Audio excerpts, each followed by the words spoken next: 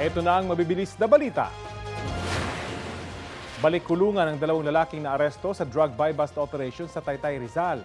Nakumpiska ang 8 sachet ng umano'y shabu na nagkakahalaga ng 170,000 pesos.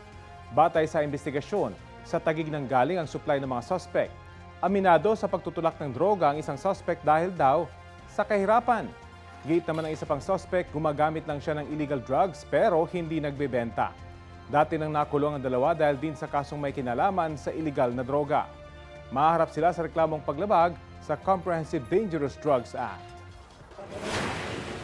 Arestado sa follow-up operation ang 4 na suspect sa pang-hold up sa isang restaurant sa Quezon City.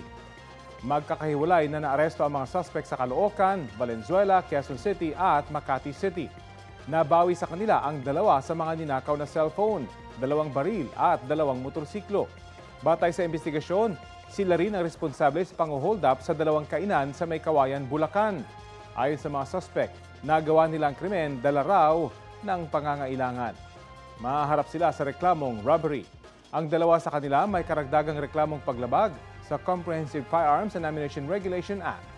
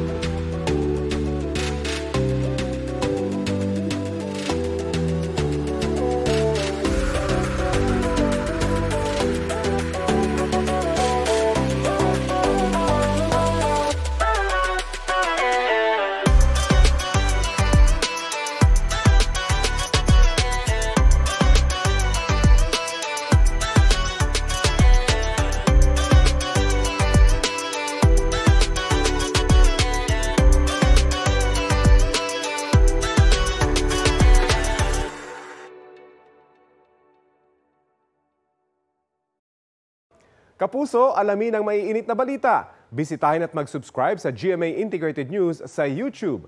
Sa mga kapuso abroad, samahan niyo kami sa GMA Pinoy TV at sa www.gmanews.tv.